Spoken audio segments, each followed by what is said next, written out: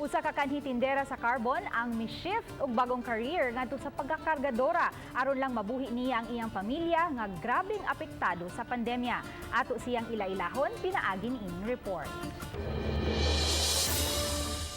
Taliwa nining mga dagko nga mga sinakong kargamento dinhi sa bagsakan sa Cebu South Bus Terminal. Kinsay magdahom nga usa sa mga tig-alsa nini ang usa ka babae.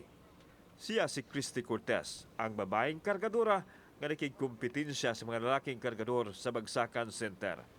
Sumali Christy, nga kanhi siya tindera sa carbon apan tungod kay mihinay ang panginabuhi, busa na nimpalad siya pinaagi sa paggamit siyang kusog sa pagpangarga.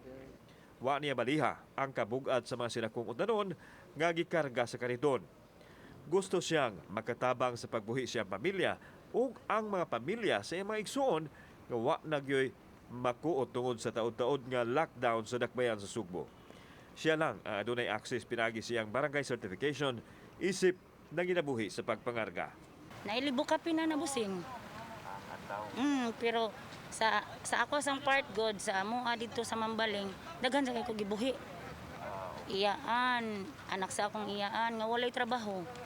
Bisan pa man sa kalisod apan nagpabilin siya nga lig-on nga maoy gisandigan sa iyang pamilya karon.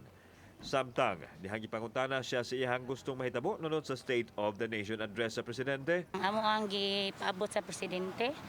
Para nako sir kanang isip mahug naman kog kargador. Kaysa una ninda ko ni undang man kargador. Parehas na mo nga og dili og mangarga may kog mayong lawas. Pero kung maglawan pud ang lawas pahuway kanang ang hinabang ba. Kung nahimo ni Christy nga makigdungan sa mga lalaki sa panginabuhi, mausab kini ang diskarte karon sa mga tao nga inanay nang mibangon aron makasugakod sa hagit nga giatubang. Kauban si John Solon, ako si Alan Domingo. Balitang Bisdak.